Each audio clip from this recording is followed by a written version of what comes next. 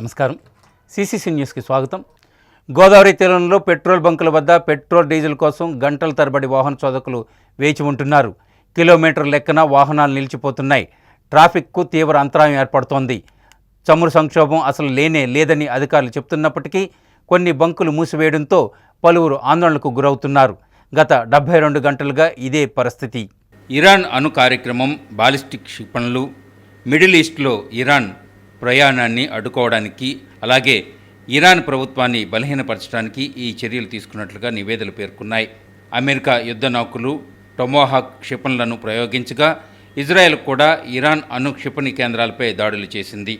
ఈ సంఘర్షణ మార్చి-ఏప్రిల్ 2026 నాటికి కూడా కొనసాగుతూ తీవ్రమైన ప్రాణ నష్టానికి దారితీసింది. భారతదేశం తన చమురు దిగుమతులలో అత్యధిక భాగాన్ని హర్ముల్ జలసంధి మార్గం ద్వారానే వస్తున్నాయి. ప్రస్తుత ఉద్రిక్తతల నేపథ్యంలో అమెరికా, ఇజ్రాయెల్, ఇరాన్ మధ్య ఘర్షణల కారణంగా ఈ జలసంధిపై ఆంక్షలు కొనసాగుతున్న నేపథ్యంలో ఆశించిన స్థాయిలో చమురు దిగుమతులు లేవు. ఫలితంగా ఇంధన కొరత ప్రభావం భారతదేశమంతా విస్తరిస్తున్నది. ఇప్పుడు గోదావరి తీరం రాజమండ్రిపై కూడా పడిందని పెట్రోల్, డీజిల్ వినియోగదారులు భయాందోళనలకు గురవుతున్నారు. గురువారం నుంచి రాజమండ్రి పరిసర ప్రాంతాలలో పెట్రోల్ బంకుల్లో డీజిల్ అందుబాటులో లేదు. కొన్ని ప్రాంతాల్లో పెట్రోల్ బంకులను పూర్తిగా మూసివేశారు. రాజమండ్రి ప్రకాష్ నగర్, దానవాయిపేట, గోకవరం బస్టాండ్ సెంటర్లలో పెట్రోల్ బంకులు శనివారం ఉదయం నుంచి పనిచేయడం లేదు. వాహన చోదకులు బంకు వరకు వచ్చి నిరాశగా వెనుదిరుగుతున్నారు. రాజమండ్రి వై జంక్షన్ నుంచి లాలాచెరువు వెళ్లే మార్గంలో రోడ్డుకు ఇరువైపులా శనివారం ఉదయం కిలోమీటర్ల పరిధిలో ఆటోలు, కార్లు, ఇతర వాహనాలు నిలిచిపోయాయి. ద్విచక్ర వాహన చోదకులు సైతం గంటల కొద్దీ లైన్లో బారులు తీరి కనిపించారు. నిజానికి పెట్రోల్, డీజిల్ కొరత లేదని చెబుతున్నప్పటికీ క్షేత్రస్థాయి పరిస్థితి భిన్నంగా కనిపిస్తున్నది. పెట్రోల్ బంకులు మూతపడడానికి కారణాలైతే స్పష్టం చేసేవారు కూడా కనుచూపు మేరలో లేరు. ఇరాన్ యుద్ధ ప్రభావమా, పెట్రోల్ బంకు నిర్వాహకుల స్వీయ తప్పిదాలా అనే విషయంపై సంబంధిత శాఖ అధికారులు సమాధానం ఇవ్వాల్సి ఉంది. కేంద్ర, రాష్ట్ర ప్రభుత్వాలు పెట్రోల్, డీజిల్ కొరత లేదని స్పష్టం చేస్తున్నాయి. అయినప్పటికీ పెట్రోల్ బంకుల వద్ద జనం క్యూ కడుతున్నారు. ఉదయం నుంచి రాత్రి వరకు కూడా క్యూ లైన్లు కనిపిస్తున్నాయి. కొన్ని ప్రాంతాల్లో అయితే కిలోమీటర్ల లెక్కన వాహనాలు పెట్రోల్ బంకుల వద్ద కనిపిస్తున్నాయి. డీజిల్, పెట్రోల్ అసలు నిల్వలు ఉన్నాయా లేవా అనే వాస్తవంపై స్పష్టత పూర్తిగా లోపించింది అని వాహన చోదకులు తీవ్ర స్థాయిలో భయాందోళన చెందుతున్నారు. ఇదే అదునుగా కొంతమంది పెట్రోల్, డీజిల్ బ్లాక్ మార్కెట్లోకి తరలించే పనిలో ఉన్నారని వదంతులు వినిపిస్తున్నాయి. ఏది ఏమైనా సరే ప్రజలను, వినియోగదారులను, ప్రభుత్వ అధికారులను ఏమార్చి గందరగోళంలో పడేసి అందివచ్చిన అవకాశాలు పూర్తి స్థాయిలో దుర్వినియోగం చేసే బ్లాక్ మార్కెట్ ముఠాలు కూడా సమస్యను మరింత అధికం చేస్తున్నాయనే ఆరోపణలు వస్తున్నాయి. గంటల తరబడి పెట్రోల్ బంక్ పరిసర ప్రాంతాల్లో ట్రాఫిక్ నిలిచిపోవడం మరో సమస్యగా మారింది. ఈ మార్గంలో రాకపోకలు తీవ్ర ఆటంకంగా ఉందని పలువురు వాపోతున్నారు. మరికొందరైతే డిమాండ్ను చూసి అదనంగా సొమ్ములు వసూలు చేస్తున్నారనే ఆరోపణలు కూడా వస్తున్నాయి. వాహనాల్లో మాత్రమే పెట్రోల్, డీజిల్ నింపాలనే కేంద్ర ప్రభుత్వం నుంచి స్పష్టమైన ఆదేశాలు ఉన్నాయి. బాటిల్స్, క్యాన్లు, ఇతర ప్లాస్టిక్ డబ్బాల్లో పెట్రోల్ నింపరాదు, నిల్వ చేయరాదు అనే ప్రత్యేక ఆదేశాలతో నిబంధనలు కూడా రూపొందించారు. రాజమండ్రి పరిసర ప్రాంతాల్లో కొన్ని పెట్రోల్ బంకులలో ఈ నిబంధనలను అమలు కావడం లేదు. సీసాల్లోనూ, క్యాన్లలోనూ పెట్రోల్ నింపుతున్నారని విమర్శలు వెల్లువెత్తుతున్నాయి. పెట్రోల్, డీజిల్ వంటివి ఇళ్లలో కానీ, జనవాసాల్లో కానీ భద్రపరచడం ప్రమాదకరం. త్వరగా మండే స్వభావం ఉన్నందువల్ల పరిసర ప్రాంతాల్లో క్షణాల్లో భస్మీపట్నం చేయగల శక్తి వీటికి ఉంది. అనుకోని సంఘటన ఎదురైతే అగ్ని ప్రమాదంలో సర్వం కోల్పోవలసి వస్తుంది. వేసవికాలం కావడంతో ఈ ప్రమాదం తీవ్రత మరింత ఎక్కువగా ఉంటుంది.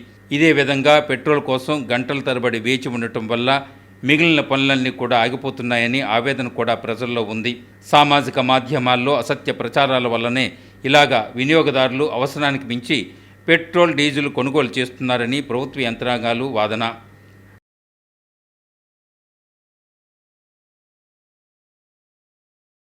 ప్రజలందరూ అభద్రతాభావంతో భయాందోళనకు గురవుతున్న నేపథ్యంలో సంబంధించిన యంత్రాంగం స్పందించి ముందుకు వచ్చి సందేహాలు నివృత్తి చేయవలసిన అవసరం ఎంతైనా ఉందని సామాన్య పౌరులు సైతం ఆకాంక్షిస్తున్నారు.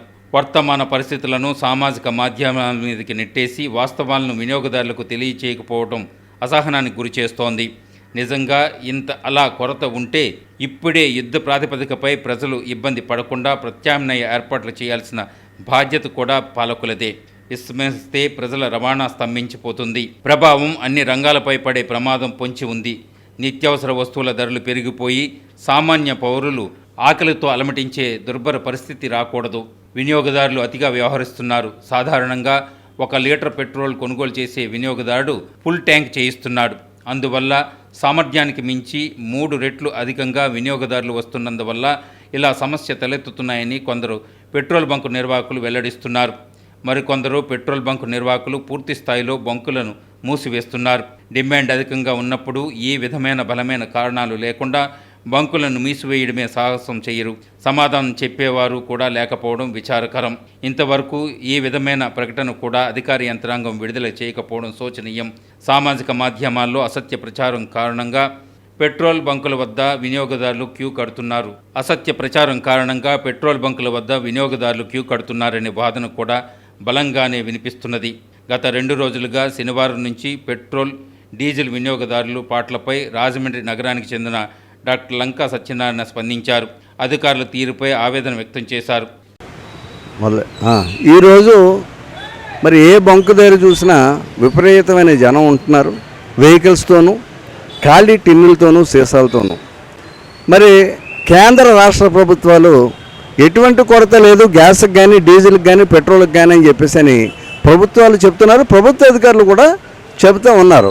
మరి వాళ్ళ టీవీల్లో చాలా ఛానల్స్లోనూ ఆ ప్రాంతాలకు సంబంధించినటువంటి కలెక్టర్ల వాళ్ళు కూడా ఎటువంటి కొరత లేదు, ప్రజలు ఇబ్బంది పడొద్దు అన్నారు.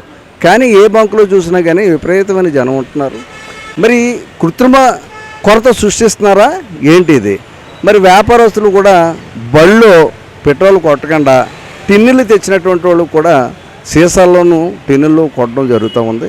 మరి టిన్నులు సీసాలు కొట్టించుకోవడం వల్ల ఆ ఇళ్లలో పెట్టుకుంటే చిన్నపిల్లలు ఏదైనా పొరపాటు చేస్తే ప్రమాదాలు జరిగే అవకాశాలు ఉన్నాయి. ఇదిలా ఉండగా అధికార యంత్రాంగం అప్రమత్తమైంది. సమస్య పరిష్కారానికి సిద్ధమైంది. తూర్పుగోదావరి జిల్లా డీజిల్ సమస్య పరిష్కారానికి ప్రత్యేక చర్యలు చేపడుతున్నామని జేసీ మేఘా స్వరూప్ ఒక ప్రకటన విడుదల చేశారు. అంతేకాదు డీజిల్, పెట్రోల్ కొరతపై ఫిర్యాదులకు హెల్ప్ లైన్ నెంబర్ను కూడా ఏర్పాటు చేశారు. 8074661259 వినియోగదారులు ఫోన్ చేయాలని కోరారు. ఇంధన స్టాక్ సమస్యలు ఎదుర్కొంటున్న డీలర్ల కోసం టోల్ ఫ్రీ నెంబర్ 1967 చేయాలని సూచించారు. అలానే ప్రజలకి కానీ, రైతులకు కానీ, ఆల్ కన్జ్యూమర్స్కి ఎక్కడైనా ప్రాబ్లమ్స్ వస్తే మనం ఒక కంట్రోల్ రూమ్ కూడా ఏర్పాటు చేసుకున్నాం జిల్లాలో. ఆ control room number, help line number వచ్చి 8074661259. ఇది మళ్ళీ కూడా రిపీట్ చేస్తున్నాను, 8074661259. ఈ కంట్రోల్ రూమ్ నంబర్కి ఏ సమస్య ఉన్నా, ఏ మండలం నుండి వచ్చినా, మన జిల్లాలో ఎక్కడున్నా దీనికి సంప్రదించండి. దాన్ని వెంటనే స్పందించి అక్కడ మన ఫీల్డ్ లెవెల్ స్టాఫ్ వెళ్ళి దాన్ని వాట్ ఎవర్ ఇష్యూ ఈజ్ అది రిజాల్వ్ చేస్తారు. అండ్ అలానే స్టేట్ లెవెల్లో టోల్ ఫ్రీ నంబర్ 1967 కూడా మన గవర్నమెంట్ ఆఫ్ ఏపీ ఏర్పాటు చేశారు. సో ఎటువంటి ఇష్యూ ఉన్నా కూడా టోల్ ఫ్రీ నంబర్ 1967కి కూడా మీరు సంప్రదించవచ్చు. సో ఇదన్నిట్లో నేను చెప్పేది, కోరేది అంతా ఒకటే, మీరు ఇది don't be in panic. Fuel అయితే enough stocks are available. Morning మనకు గౌరవనీయ మంత్రివర్యులు పెట్టిన మీటింగ్లో కూడా regional heads of all marketing companies వాళ్ళు చెప్పడం ఇదే, వాళ్ళ దగ్గర స్టాక్స్ ఎనఫ్గా ఉన్నాయి. అండ్ వాళ్ళు they have promised Sundays, Saturdays కూడా సప్లైస్ ఇస్తాము. అండ్ ఫార్మర్స్ హార్వెస్టింగ్ జరిగే మండల్స్కి ఇంకా ఎక్కువ సప్లై కూడా మేము ఇవ్వడానికి రెడీగా ఉన్నాము అన్నది వాళ్ళు ప్రామిస్ చేశారు. వచ్చే 1-2 రోజుల్లో డ్రై అవుట్స్ అన్నవి కంప్లీట్గా జీరో చేసుకోవాలి అన్న ఒక లక్ష్యంతోనే we're working day and night. So dry outs లేకుండా అండ్ డ్రై అవుట్స్ తగ్గించుకోవడానికి కమింగ్ డేస్లో మనం వర్క్ చేస్తాము. సో ఎక్కడ ప్యానిక్ అవ్వకండి, ఎంత కావాలో అంతే ఫ్యూయల్ పట్టుకోండి. అండ్ టిన్స్, క్యాన్స్లో ఎవరు కూడా ఫ్యూయల్ అదర్ దాన్ ఫార్మర్స్కి అలో చేయట్లేదు. అన్లెస్ ఎనీథింగ్ ఎమర్జెన్సీ నీడ్ అయితే తహసీల్దార్తో సంప్రదించి ఆఫ్టర్ సర్టిఫికేషన్ ఆఫ్ తహసీల్దార్తోనే ఆ క్యాన్స్లో లూజ్గా సేల్ చేయడం అన్నది జరుగుతుంది. So this is from the district administration side and I request cooperation from all the public, all the retail outlets. And మన district administration cooperate చేయాలని కోరుతూ సెలవు తీసుకుంటున్నాను. రాజమహేంద్రవరం శ్రీ వెంకటేశ్వర ఆనంద్ కళాకేంద్రంలో ఇండియన్ కల్చరల్ ఆర్ట్స్ ఫెస్టివల్ 8వ వసంతోత్సవం వేడుకలు ఘనంగా నిర్వహించారు. రాజమహేంద్రవరం శ్రీ వెంకటేశ్వర ఆనం కళాకేంద్రంలో సుప్రసిద్ధ కూచిపూడి నాట్యాచార్యులు, నాట్య గురువు, లాస్యప్రియ కూచిపూడి నృత్య నికేతన్ అధినేత డాక్టర్ మేడిది నాగేశ్వర ఆధ్వర్యంలో స్వీయ నిర్వహణలో national dance music festival, Indian culture arts festival 8వ వసంతోత్సవ వేడుకలు సనాతన భారతీయ మన సంస్కృతి సాంప్రదాయం పరివడిల్లే విధంగా అత్యంత ప్రతిష్టాత్మకంగా నిర్వహించారు.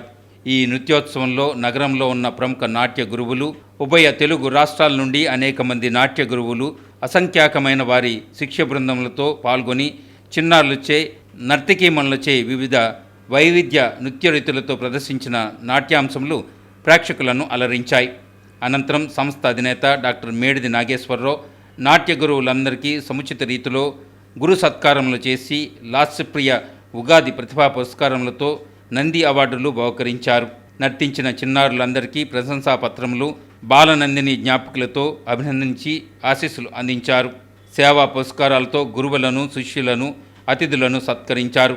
Kuchipudi dance master, government college Vijayashankara music government పాఠశాల గురువు డాక్టర్ పసుమర్తి శ్రీనివాస శర్మ, పంతం సత్యనారాయణ చారిటబుల్ ట్రస్ట్ చైర్మన్ పంతం కొండలరావు, నామాన వాసు, నగర ప్రముఖులు విశిష్ట అతిథులుగా విచ్చేశారు. వీరిని సాలువాలు, మెమెంటోలతో సన్మానించారు. ఒక వేదికని కల్పించాలని ఒక అద్భుతమైన వేదిక మన ఆనం కళాకేంద్రం. ఈ ఆనం కళాకేంద్రంలో మాకు పిల్లలందరికీ కూడా వేదిక కల్పించాలనే సదుద్దేశంతో మేము ఈ పురస్కారాలు చేస్తున్నాం. ఇది మేము చేసే 8వ పురస్కారం అండి. ఇది నేషనల్ డాన్స్ ఫెస్టివల్ 8 అండి మాది. ఇది 8 పురస్కారాలు మేము ఇప్పటికి కంప్లీట్ చేస్తున్నాము. ఇది 8వ పురస్కారం. ఈ యొక్క పురస్కారాలకి నగర ప్రముఖులు మన అందరూ కూడా హాజరవడం జరిగింది. పంతం కొండలరావు గారు, నామన వాసు గారు, ఇంకా పెద్ద పెద్ద వాళ్ళందరూ కూడా, నగర ప్రముఖులందరూ కూడా హాజరయ్యి మా విద్యార్థులను ఆశీర్వదించి వెళ్తున్నారు. నాట్య గురువులందరూ కూడా మా ఇక్కడికి తీసుకొచ్చి ఈ యొక్క ఉగాది పురస్కారాలను విజయవంతంలో నడిపిస్తున్నారు. వారందరికీ కూడా మీ అందరి సమక్షంలో ధన్యవాదాలు తెలుపుకుంటున్నాను. ఈ సంస్కృతి సాంప్రదాయాలను కాపాడే ఉద్దేశంలో మేము ఈ యొక్క పురస్కారాలు నిర్వహిస్తున్నాము. మన సంస్కృతి, మన సాంప్రదాయం మనం నిలబెట్టే ఉద్దేశంతో మా ఈ యొక్క అవకాశాన్ని వినియోగించుకుంటున్న నాట్య గురువులందరికీ కూడా హృదయపూర్వక ధన్యవాదాలు తెలుపుకుంటున్నాను.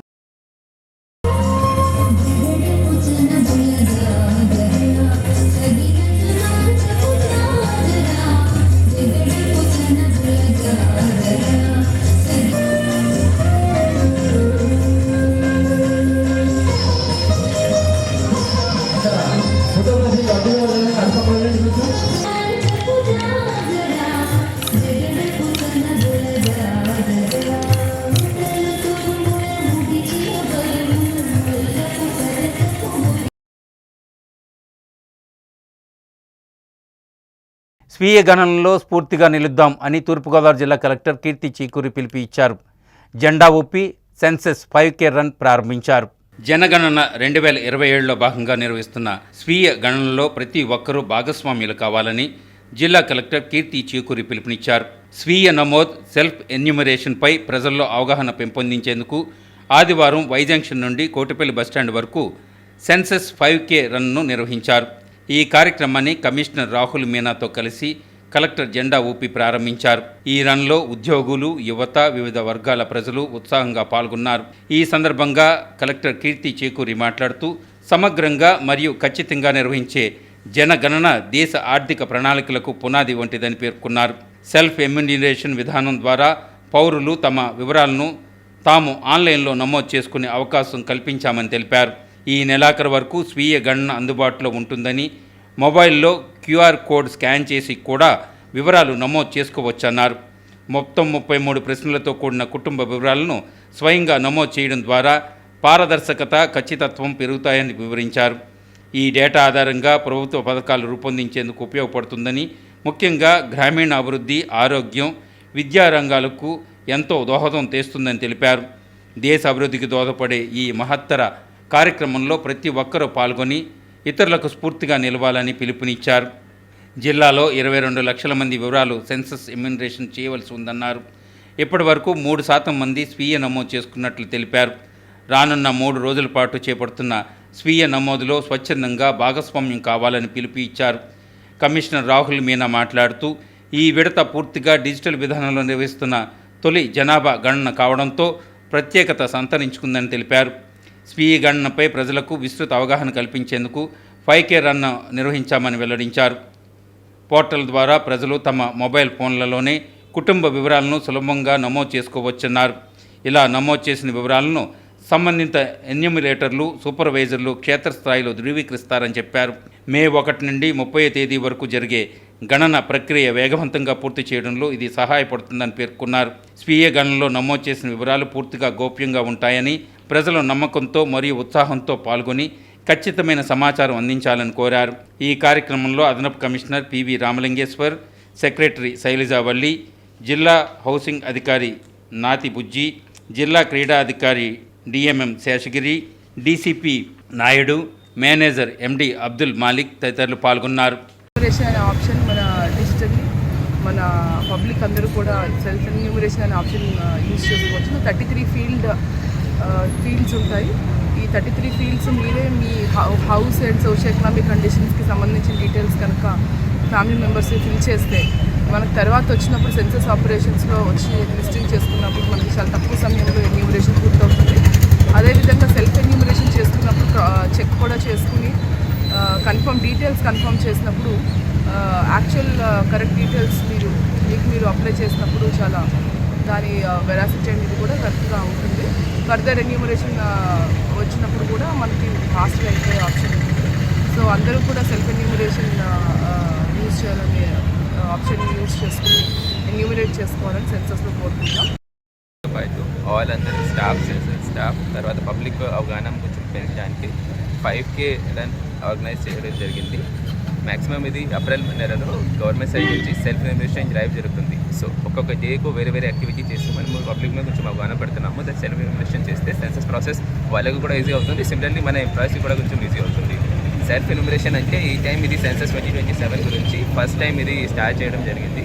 ఈ ప్రాసెస్లో పబ్లిక్ స్వయంగా వాళ్ళ ఇంటి గురించి బేసిక్ డీటెయిల్స్ ముందుగా ఇస్తే they will get house number ID. ఆ హౌస్ నెంబర్ ఐడితో వెనెవర్ అయితే సెన్సస్ ఆఫీసర్ ఆ ఇంటికి వస్తే వాళ్ళ దగ్గర అదే ఆల్రెడీ డీటెయిల్స్ ముందుగా వస్తుంది. సో దట్ టైం కూడా తక్కువ పడుతుంది.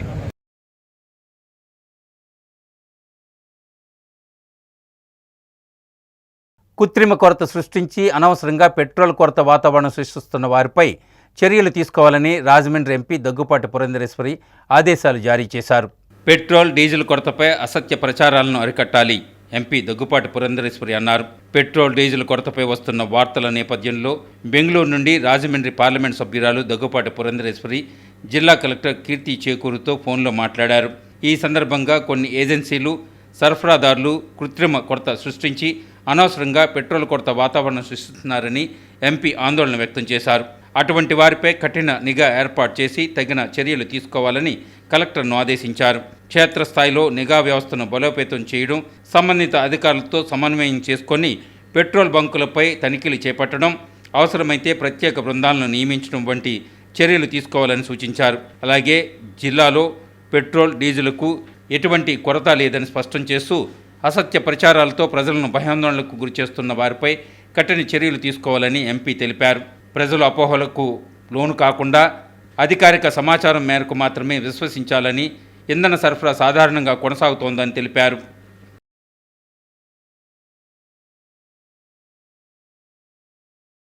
బీచ్ ప్రదేశాలు ఆహ్లాదకరంగా ఉండేలా చర్యలు తీసుకోవాలని కాకినాడ కలెక్టర్ ఎంఎన్ హరీంద్ర ప్రసాద్ ఆదేశాలు జారీ చేశారు.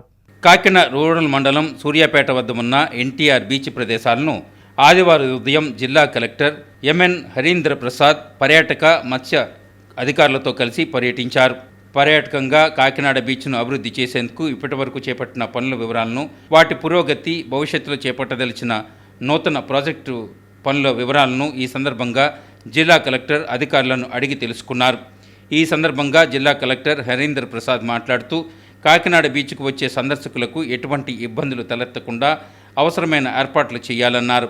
ప్రధానంగా తాగునీరు, మరుగుదొడ్లు, పార్కింగ్ ప్రదేశాలపై ప్రత్యేక దృష్టి పెట్టాలని జిల్లా అధికారులకు స్పష్టం చేశారు. బీచ్ ప్రదేశాలు ఆహ్లాదకరంగా ఉండేందుకు పరిసర ప్రాంతాల్లో పారిశుద్ధ్య కార్యక్రమాలు సక్రమంగా నిర్వహించాలన్నారు. కాకినాడ బీచ్ ప్రదేశాల్లో చేపట్టిన మౌలిక సదుపాయాల పనులు సకాలంలో పూర్తి చేయాలన్నారు. ఇందుకు వివిధ శాఖల అధికారుల సమన్వయంతో పనిచేయాలని జిల్లా కలెక్టర్ ఆదేశించారు.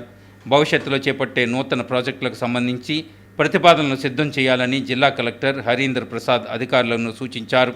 ఈ పరిశీలనలో జిల్లా కలెక్టర్ వెంట జిల్లా పర్యాటక శాఖ అధికారి లక్ష్మణరావు, మత్స్యశాఖ అధికారి కె కృష్ణారావు, కెడా అధికారులు, కాకినాడ రూరల్ మండలం అధికారులు తదితరులు పాల్గొన్నారు.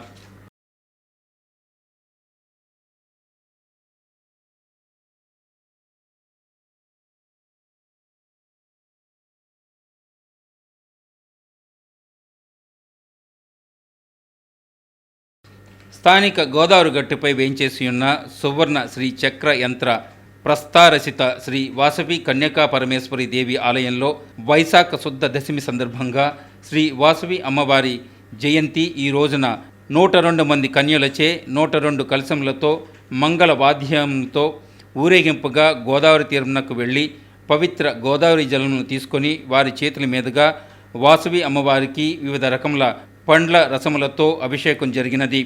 తదుపరి వాసవి అమ్మవారు సర్వ అలంకార భూషితమై భక్తులకు దర్శనమిచ్చారు. ఈ కార్యక్రమానికి వందలాది మంది భక్తులు విచ్చేసి అమ్మవారిని దర్శించుకుని తీర్థ ప్రసాదములు స్వీకరించారు.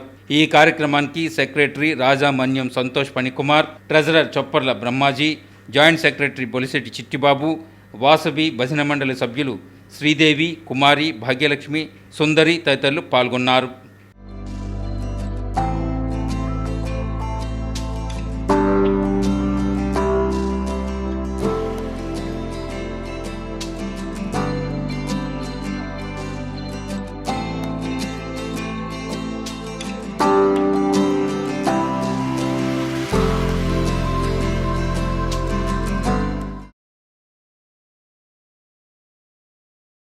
సిసిసి న్యూస్ ఇంతటితో సమాప్తం. తిరిగి మళ్ళీ ప్రసారమయ్యే సిసిసి న్యూస్లో కలుసుకుందాం. అంతవరకు సెలవు. నమస్కారం.